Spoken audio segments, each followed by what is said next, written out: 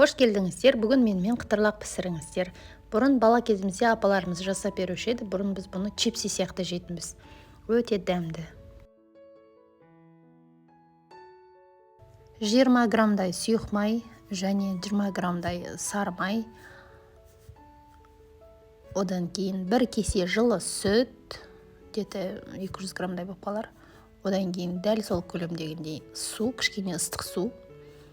Одан кейін 2 қасық қамыт, 1 қасық тұз саласыздар. —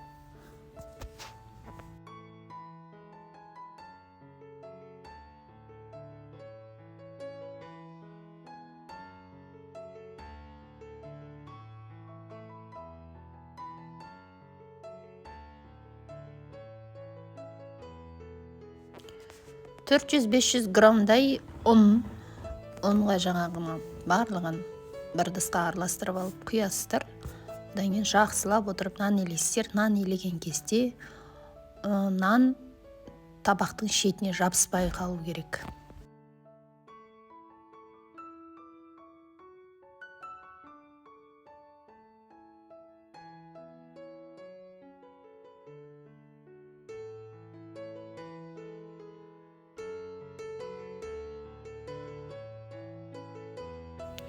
Нанды илеп болған соң жақсылап тындырасыздар, бір жарты сағат, 1 сағаттай. Нанды тындырғаннан кейін жаямыз. Жайған кезде де қатты жұқа қалмай жаямыз. Бір жақтарда бұл тағамды ши бауырсақ деп те атайды екен. Бізде бұны қытырлақ дейді. Шаймен ішкенде өте дәмді, балалар өте жақсы жейді. Тағам бұзылмайды. Сақталу мерзімі ұзақ.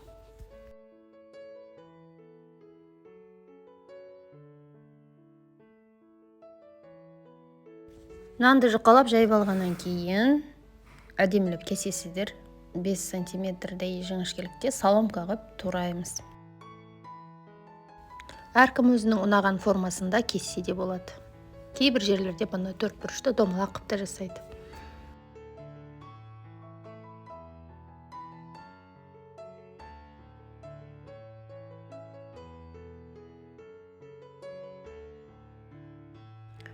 Қызып тұрған майға қызартып пісіріп аламыз.